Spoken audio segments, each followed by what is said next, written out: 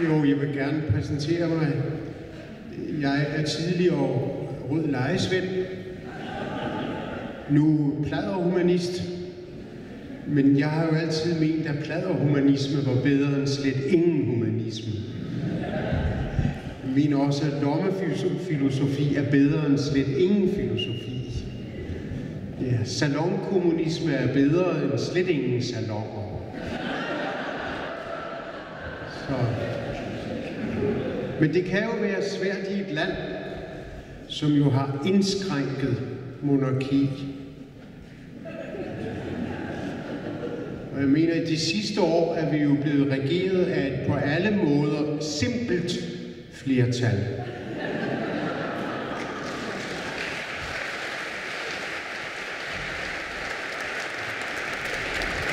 Nu er det jo ikke, fordi vi skal stå her og sådan hade, vil jeg ikke kalde det, men sådan direkte afsky andre mennesker. men tankerne fra disse folk i DF, dumhedens fremme, har jo sådan forplantet sig, og vi kan jo så sige, at vores tidligere statsminister, Anders Busch Rasmussen, var den første til at gøre det flovt at være dansker.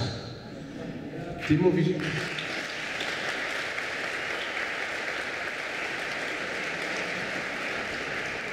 må vi så prøve på at råde bod på, netop ved ikke at hade, men ved at kunne lide.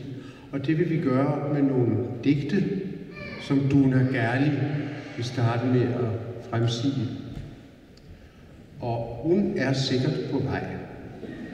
Ellers siger jeg bare noget mere uoverlagt, og det får jeg jo.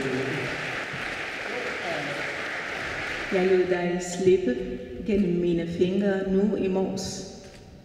Og i går var jeg lige ved at sige, at din duft efterlader en bebrejdelse i hjertet. Ja, i forgårs, da du havde din himmelblå skjorter på, omhyggeligt strøget, blev min skyldfølelse stærkere. Nu, da du kommer til syne i spejlet foran mig, elsker jeg dig.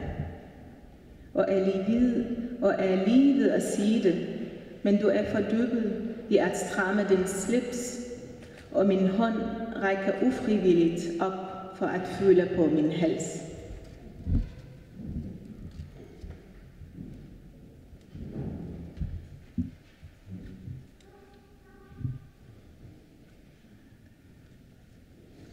Jeg lister ind, for jeg bliver opdaget. Hastigt giver dig fuglenes tunge tilbage, mens du slumrer.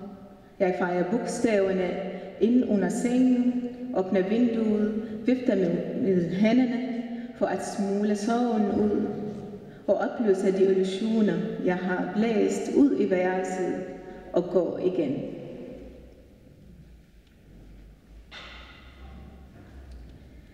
Du foretager flittigt din hukommelse, som en blind larve, der ikke kender til feste. De spinder indtråd, der strækker sig som en vej af rasler og et bittert liv over tusinder og atter tusinder af mil. Selv det stjæler det fra dig, lænket med bind for øjnene, ørerne stoppede i årevis.